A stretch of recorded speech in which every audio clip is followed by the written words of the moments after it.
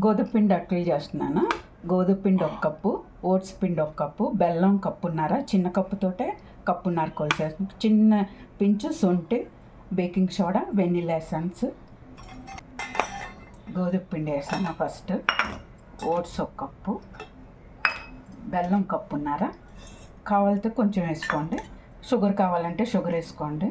శొంఠి కొంచెం, baking soda కొంచెం, వెనిలా ఎసెన్స్ 1/2 స్పూను. ఇవి ప్యాన్ కేక్లాగా వస్తాయి, పిల్లలు ఇష్టంగా తింటారు, పిల్లలకి మంచిది కూడా బెల్లంతో.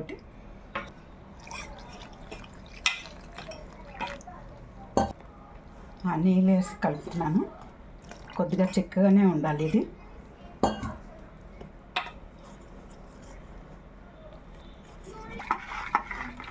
ప్యాన్ పెట్టుకుని ప్యాన్ మీద వేద్దాం.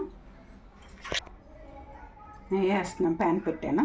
దీని మీద వేసుకుంటే బాగా వస్తాయి. పెనం ఉంటే పెనం మీద వేయండి, లేకపోతే ఇలాంటి దాని మీద వేసుకున్నా సరే. కొంచెం బల్సర్గా వేసుకోవాలి, పిల్లలు ప్యాన్ కేక్ లాగా ఉన్నాయని ఇష్టంగా తింటారు. మూత పెట్టుకోవాలి దాని మీద. వేగింది ఒకవైపు, తిరిగేద్దాం.